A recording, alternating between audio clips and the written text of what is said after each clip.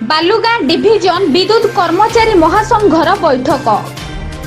विद्युत कर्मचारी विभिन्न दाबी को नहीं आज 16 नंबर जातीय राजपथ छकड़ीपुर मां रत्नमाला पीठरे एक साधारण बैठक अनुष्ठित होइथिला।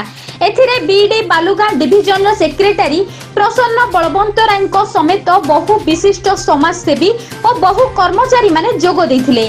किछि कर्मचारी मासिक दरमा ठीक समय न मिलवा, सरकारी नियम अनुसार 8 घंटा काम बदल में 12 रु 18 घंटा काम करवा इत्यादि को नहीं आलोचना करा जायथिला। आसंतु सुनिबा कोन कहउछंती जने विद्युत कर्मचारी। संघ होची सरकार समर्थित, तेणु यही सरकार ही संस्था को कंपनी हाथ में देइछंती। तांकर मुख्य लक्ष्य होची श्रमिक मानकर संस्थार उन्नति हम, श्रमिक मानकर उन्नति हम, साधारण लोकंर सेवा को सहज सुविधा करवा। जेते बेले यही जिनस गुड़िक कंपनी तरफ व्यतिक्रम घटे सेते बेले संघ सरकार को लक्ष्य करी, संस्था को लक्ष्य करी से निष्पत्ति नहीं जे किसी अभियोग को लेकिन डिविजन स्तर में मैनेजर को जनइब। से भितर मुख्य होची श्रमिक अधिक श्रमिक जोगैब, जो श्रमिक जहाँ करवा कथा से कम भितर निधि हिसाब से जनइबे। जदि किसी नुआ प्रोजेक्ट आसूची कि नुआ काम एंगेज करार अच्छी नुआ कर्मचारी देवे, कर्मचारी मानक 8 घंटा सब्स्टिट्यूट देवे, जहाँ से से बाबदर पाउना जहाँ अच्छी जदि किसी बोनस आकार अधिक किसी अन्य भत्ता आकार दे पारे ताकू आडिशनाल से देवे। आउ जिते शीघ्र पार्टी यही सब गुड़िक जदि पूरण न करती ताहले आग को समस्ते जाई डिविजन आगे घेराव करेंगे। आज ओडिशा विद्युत कर्मचारी महासंघ सहबंधित विजु श्रमिक सामुख्य तरफ बालुगाँ विद्युत डिविजन रे एक साधारण सभा अनुष्ठित होता।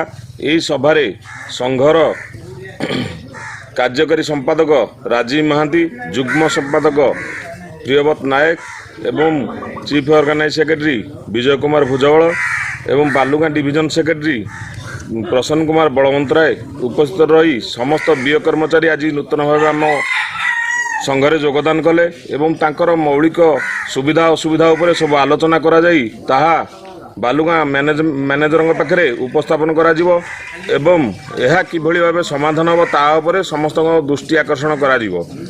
तत्सहित कार्य निर्धारण समय केते घंटा काम करेंगे कर्मचारी माने तांकर गवर्नमेंट सरकार नियम अनुसार जो आमर वेतन धार्य करा जाइछि ताहा किभली भाव से पाइबे से सब उपर आम आलोचना करी बालुगाँ मैनेजर पाखे अवगत कराइबू।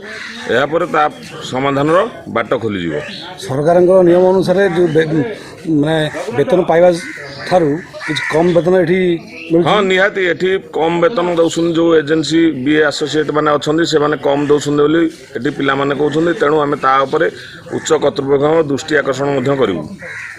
या पूर्व आप कौन से अभियोग करते ना या पूर्व किसी अभियोग आसना जदिव आसला एमाने संगठित हो नथिले तेणुक उपस्थापन करने को आमको बहुत असुविधा होता।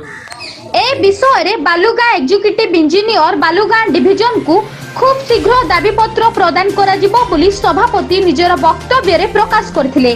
खोर्धा जिला बालुगाँ गायत्री मुदुली रिपोर्ट, विप्लव न्यूज।